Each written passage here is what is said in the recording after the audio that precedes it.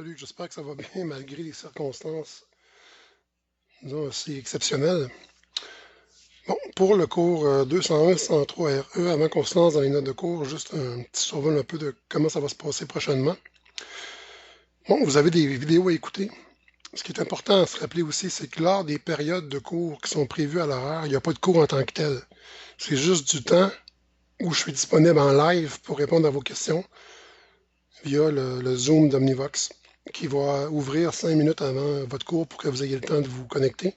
Si vous avez besoin de poser des questions en direct ou d'écouter les questions des autres, si vous n'avez pas besoin de poser de questions sur vos exercices, parce que je ne leur donnerai pas un cours. Je peux éclaircir quelques points de matière, mais c'est pas, ces périodes-là ne sont pas là pour que je redonne le cours. Le cours, c'est le contenu des vidéos que vous allez avoir un petit peu en avance, que vous pouvez écouter quand vous voulez. Donc, ce qui s'en vient, donc pour le 6, il y a l'écoute. Vous pouvez aussi l'écouter pendant les heures normales de cours. Si ça ne prend pas le 2 heures au complet, mais après ça, vous vous connectez puis posez des questions si vous en avez. Ou même pendant que vous écoutez les notes. Là. Donc, ça va être lundi. Mercredi, c'est exercice supervisé en temps réel. Ça veut dire que je suis disponible en direct pour répondre à vos questions que vous avez sur vos exercices pendant l'heure prévue à l'heure. Le 9, même chose, mais avec le pré-test que je vais vous envoyer bientôt. Puis à compter de la semaine d'après, là, les semaines décalent à cause du congé de Pâques. Les semaines ne sont plus du lundi au vendredi, mais du mardi au lundi. C'est pour ça que ça décale ici, là, dans l'horaire. Fait que ça, c'est un mercredi, jeudi, puis lundi. Donc, dans 2 semaines, ou ça dépend quand vous l'écoutez, peut-être la semaine prochaine. Je présente le devoir 2 mercredi. Parce qu'il n'y aura pas de cours le lundi, vu que c'est le lundi de Pâques. Vous avez l'examen le jeudi. Je vais vous revenir plus tard un petit peu dans les prochains jours pour vous spécifier comment il va se faire, dans quelle modalité. Puis après, le lundi suivant, bon, là, on commence les cours, exercices, comme ça jusqu'à la fin de la session. OK. Excusez ma voix, là, je pense que j'ai jamais fait autant de vidéos puis de réunions par visioconférence en si peu de temps dans les dernières semaines. Ça devrait pouvoir se replacer, là. Ça sera probablement pas aussi pénible dans toutes les vidéos. Puis les vidéos, vous pouvez les écouter puis prendre des notes de cours en même temps, ou les écouter au complet, puis après prendre vos notes de cours. Peut-être que le mieux, c'est de prendre les notes de cours en même temps, quitte à stopper les vidéos, faire des arrêts sur image pour avoir le temps d'écrire les notes de cours, mais je n'irai quand même pas si vite que ça là, dans les explications. Donc la partie restante, il reste 23 pages. On a à peu près le tiers de ce qui aurait dû normalement rester là, en termes de quantité de notes de cours. Entre le tiers et la moitié. Donc ce qu'on va voir, dernière règle de dérivation. Vu que j'ai enlevé de la matière pour l'examen 1 pour des questions logistiques, fait qu'il n'y aura pas de graphique, pas de recherche de max puis de min absolu puis relatif. Pour avoir un examen qui se tient un peu, je vais rajouter un autre petit théorème qui s'inscrit bien dans la matière qu'on avait vue. Ce sera la prochaine vidéo qui correspond quand même au cours de lundi. Puis par la suite, on va faire les autres, là, les règles de dérivation un petit peu plus élaborées. Ça va être la partie la plus peut-être complexe du cours au niveau algébrique. Puis après, ce qui va nous rester à faire, c'est pas si compliqué. Les problèmes d'optimisation, on revient sur les max puis les min absolus, mais en contexte concret, donc des problèmes écrits. Puis les taux de variation liés, c'est un petit ajustement qu'on doit faire sur les dérivés pour tenir compte de l'évolution dans le temps. Donc, la variable va devenir systématiquement le temps autant pour x que pour y. Donc les deux vont dépendre du temps, mais ça se fait bien, il n'y aura pas trop de difficultés. Puis dans les deux points qui sont ici,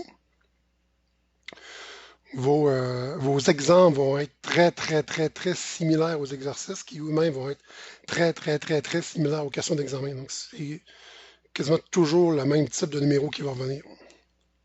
Ça ne devrait pas être si mal. Donc, si on y va avec la partie qui est ici, on va faire une petite révision pour se remettre dans le bain. Révision de la partielle de la partie précédente. Je ne dériverai pas spécifiquement la dérivée d'une somme puis du multiple, d'une constante qui multiplie une fonction parce que ça va aller dans les exemples, c'est assez direct. On va rappeler ces deux résultats-là importants. Donc la dérivée d'une puissance, la dérivée de x à la n, la dérivée par rapport à x, de x à la n, ce qui est la même chose que x à la n prime, c'est égal à quoi? Quand je dérive une puissance, je prends l'exposant, je l'envoie multiplier devant, je prends mon exposant, je l'envoie multiplier devant, n fois x, puis le nouvel exposant va avoir 1 de moins que l'exposant initial, je prends mon exposant, puis je retranche 1, mais n moins 1, puis c'est fait. Donc la dérivée de x à la n fois x à la n moins 1. Donc ça, c'est la vraie formule. Je vais mettre un petit point qu'on ne met pas à l'écrit, mais juste pour distancier un petit peu mon n puis mon x, pour que ça se voit mieux à l'écran. Donc, je prends mon exposant, je le descends en multiple devant, puis le nouvel exposant est 1 de moins que l'exposant d'origine. Pour la dérivée d'un quotient, c'est un petit peu plus bizarre comme formule. Donc la dérivée par rapport à x de f sur g, ce qui serait l'équivalent de f sur g'. Qu'est-ce qu'on fait? Je prends la fonction d'en bas que je laisse identique, g, je ne touche pas, fois la dérivée de la fonction d'en haut, f', moins la fonction d'en haut que je laisse intacte, donc que je ne vais pas modifier, moins f, fois la dérivée de la fonction qui est en bas, au dénominateur, fois g', puis tout ça divisé par le carré de mon dénominateur sur g au carré. Donc la dérivée d'un quotient, la fonction au dénominateur fois la dérivée de la fonction au numérateur, moins la fonction au numérateur fois la dérivée de la fonction au dénominateur sur le carré de la fonction au dénominateur. En bas fois la dérivée d'en haut, moins en haut fois la dérivée d'en bas sur le carré d'en bas. On va faire quelques exemples pour se refaire la main.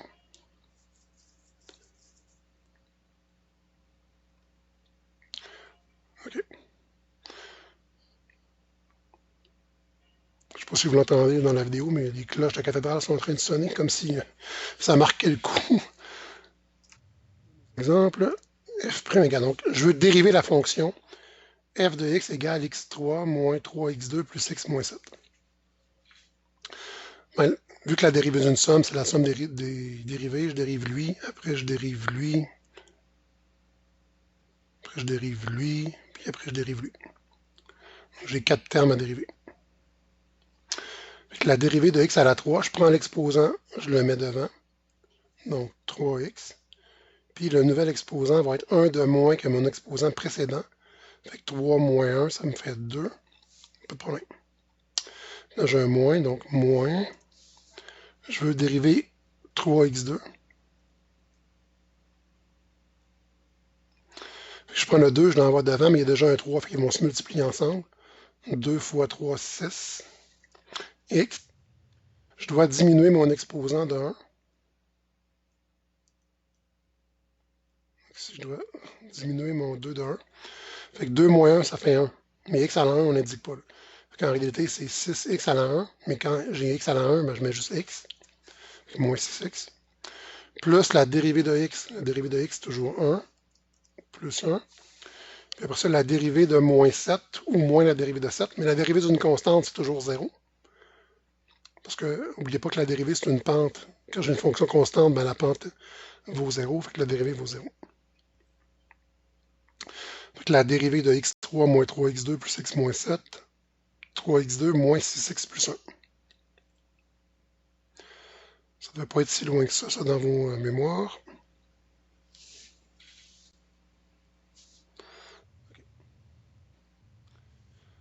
Prochain exemple, avec des exposants un petit peu plus, on va dire, laids, entre guillemets. F de x égale moins 3x4 plus la racine cubique de x moins 5 sur x2. Quand je n'ai pas directement des puissances de n, comme x3, x5, x7, x à la 3,2, x à la 7 quart, je vais transformer tout d'abord ma fonction pour faire apparaître une structure x à la n. Donc x avec un exposant, puis avec peut-être un multiple devant. Mais mon moins 3x4, lui, il est déjà correct. J'ai moins 3, ça va, puis j'ai du x à la n et x4. Lui, je ne le modifierai pas. Moins 3x4. C'est pas ça. Moins 3x4. Plus. Racine cubique de x. Comment j'écris ça en exposant? Ben, l'ordre de ma racine, c'est le dénominateur de la fraction en exposant. Fait que j'ai x. Exposant.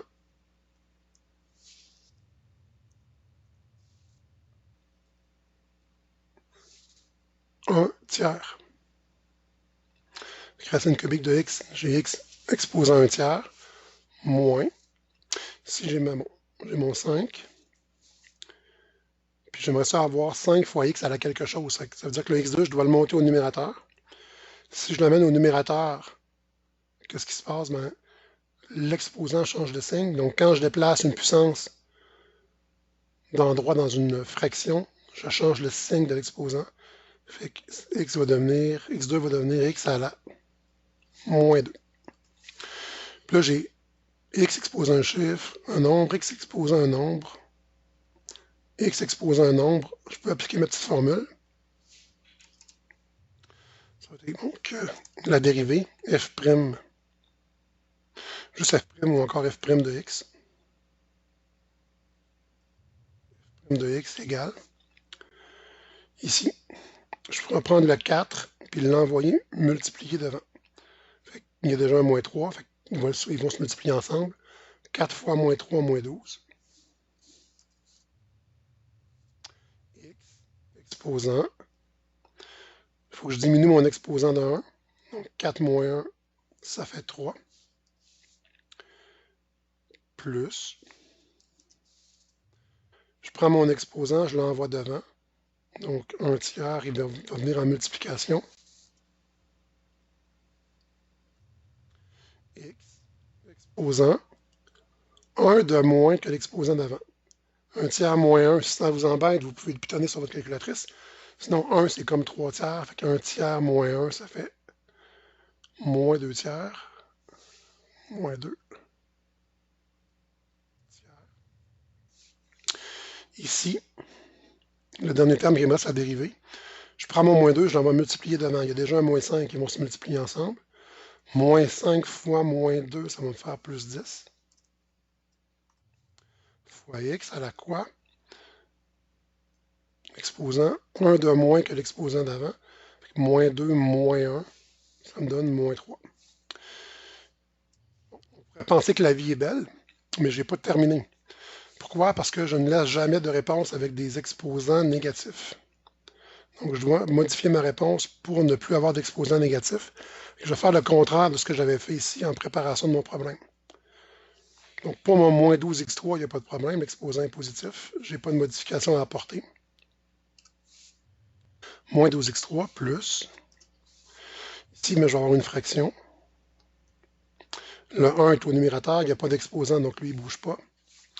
Le 3 est au dénominateur, il n'y a pas d'exposant autre qu'un, mais il n'y a pas d'exposant négatif, donc il ne bouge pas, il reste au dénominateur. Puis le x à la moins 2 tiers, qui en fait est au numérateur, parce qu'il multiplie le 1 en réalité. Je veux rendre son exposant positif, donc je dois le changer de place dans la fraction. S'il était au numérateur, il doit aller au dénominateur. Donc je vais le mettre en bas. Ça va, quoi l'effet sur son exposant? Ben, l'exposant va changer de signe.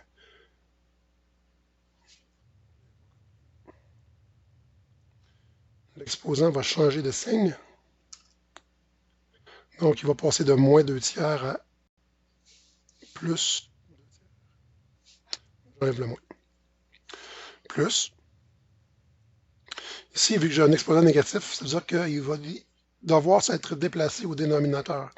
Mais le 10, lui, il n'y a pas d'exposant. Lui, il ne bouge pas, il reste au numérateur. Donc, ça va me créer une fraction avec 10 au numérateur. Puis mon x à la moins 3 qui va passer du numérateur au dénominateur. Donc, je le pars d'en haut pour le descendre en bas. Son exposant change de signe et devient positif, c'est ce que je veux.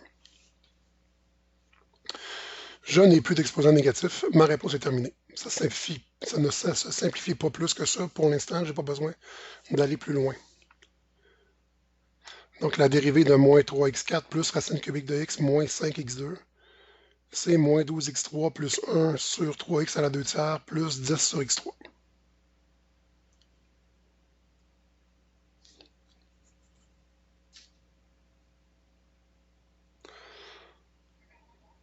On va attendre que ça apparaisse. OK.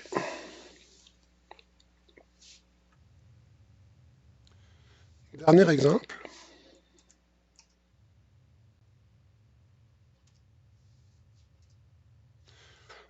Le dernier exemple, j'ai un quotient. Donc, je vais faire la dérivée de f de x égale 8x moins 3 sur 4 moins 5x. J'applique la petite formule qu'on avait vue puis qu'on a révisée tout à l'heure. Donc, f' de x égale. Je vais juste m'arranger pour qu'on ait la formule à l'écran. OK, ici. Donc, qu'est-ce que je dois faire? Fait que j'ai dérivé f sur g, fait que le 8x moins 3 remplace le petit f, 4 moins 5x remplace le petit g. Donc, je prends la fonction g, donc la fonction dénominateur, je la laisse intacte. Je ne fais aucune opération sur elle, mais vu qu'elle va multiplier f', je dois la mettre entre parenthèses.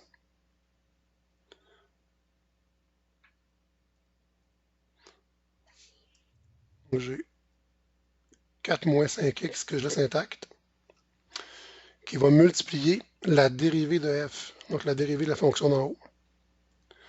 La dérivée de 8x moins 3, c'est quoi? Ben, j'ai la dérivée de x, c'est 1, ça fait 8 fois 1, puis la dérivée d'une constante, c'est 0. Mais on peut se rappeler aussi que quand on a une droite, puisque la dérivée, c'est la pente de la tangente, puis qu'une droite est sa propre tangente, ben la dérivée de la droite, c'est la pente elle-même. La pente de la droite, donc c'est 8. Fois 8 moins, le moins de la formule qui est ici. La fonction f, donc la fonction du numérateur, la fonction d'en haut que je laisse intacte. Mon 8x moins 3 que je laisse intacte. Puis qui va multiplier g'. Donc vu qu'elle multiplie g', je dois la mettre entre parenthèses, cette expression-là. 8x moins 3 fois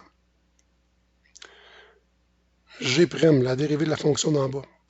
La dérivée de 4 moins 5x, vu que sur une droite, c'est la pente, c'est moins 5. Fois moins 5, ou encore, on aurait pu le faire au long, dire que la dérivée de 4, c'est 0, parce que 4 est une constante, moins 5 fois la dérivée de x, qui est 1. Fait que 0 moins 5 fois 1, ça fait moins 5. Sur le carré du dénominateur. Je vais prendre ici, j'ai déjà les parenthèses. Sur 4 moins 5x, que je mets une parenthèse parce que je mets ça au carré.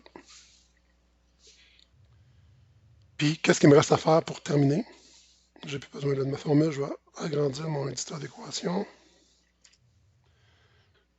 Ben, on sait que la réponse, l'étape qui suit, le dénominateur, lui, il ne change pas parce que je n'ai pas d'opération dessus.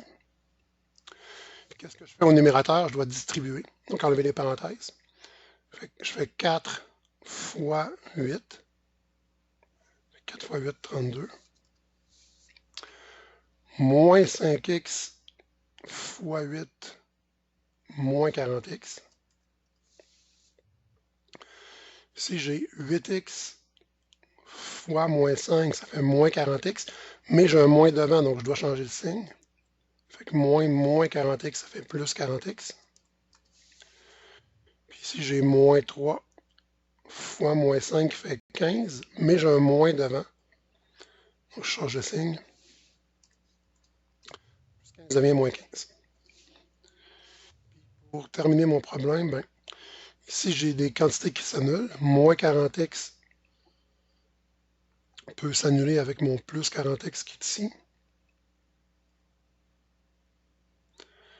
Ce qui va me rester,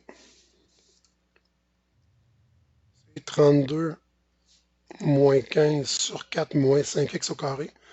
Mais 32 moins 15, ça fait 17.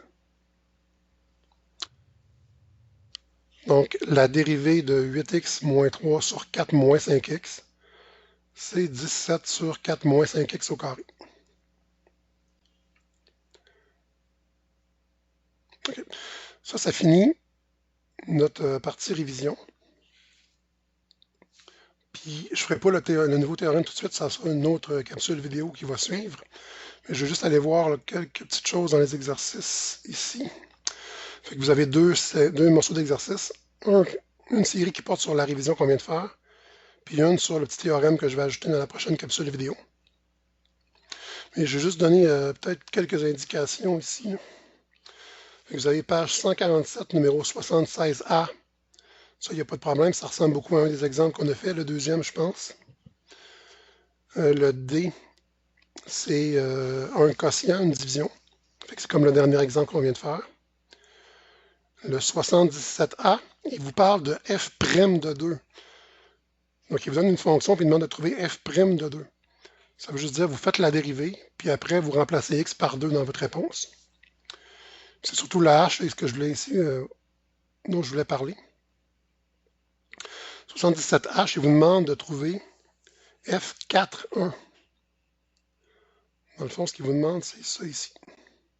Ce qu'on avait vu là, dans les notes de cours précédentes, quand on a fait les dérivés d'ordre supérieur.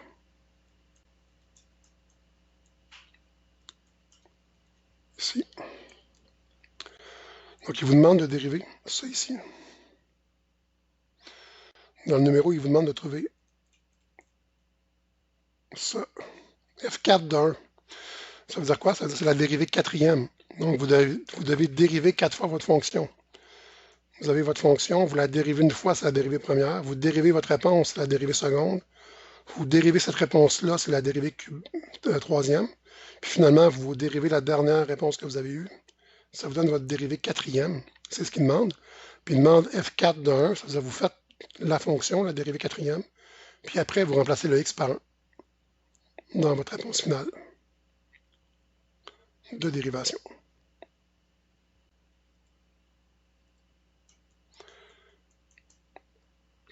C'est bon. Ah, puis sur le dessus de vos notes de cours, là, il y a une image que j'avais oublié d'enlever. Vous pouvez l'enlever si vous voulez, garder seulement la deuxième partie.